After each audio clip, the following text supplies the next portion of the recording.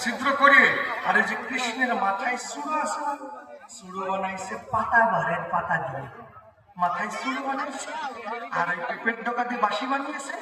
আর ওরা সবাই উলঙ্গিনী হয়ে স্নান করতে নেমেছে ওই স্নানের পরে, আর ওদের কাপড় সাপড় সব ওই আড়ার পরে বাঁধিয়ে, আড়ার পরে গুরুদেব বাঁশি নিয়ে বসেছে। এখন ওখান থেকে বাঁশিতে ফু দিছে, আর বাঁশির যা শুন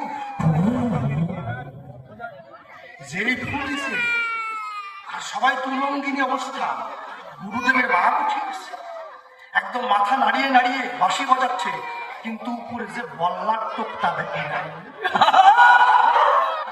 মাথা নাড়াতে নাড়াতে যখন ওই পাতা বাহারের পাতায় যখন ওই বল্লার শাকের পেটিতে খোঁচা মেরেছে, আর ওখান থেকে গুরুদেবকে ভো করে ধরেছে, কামড়াতে কামড়াতে গুরুদেব কয় কামড় খাওয়ার পরে গড়াতে গড়াতে মাটিতে নেমে এসছে।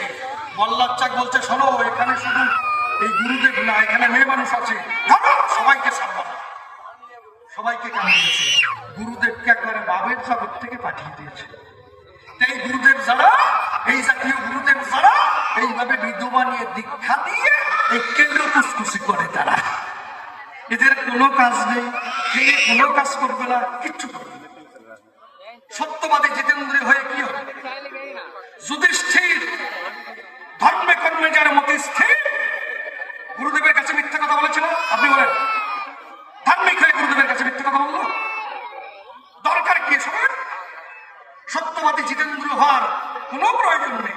প্রমাণ আজামিল, খুলে বলি, সভাতল আজামিল ছিল, চুরি ডাকাতি করে, বিবাহ করেছে, তা সত্ত্বেও বেশ্যা বাড়িতে গমন করে। এইবার বেশ্যালয় যখন যায়, এক বেশ্যার সঙ্গে পীড়িত বাঁধায়। এইবার এই পীড়িত করতে করতে খুলে বলি সভ্য সবার সাক্ষাৎ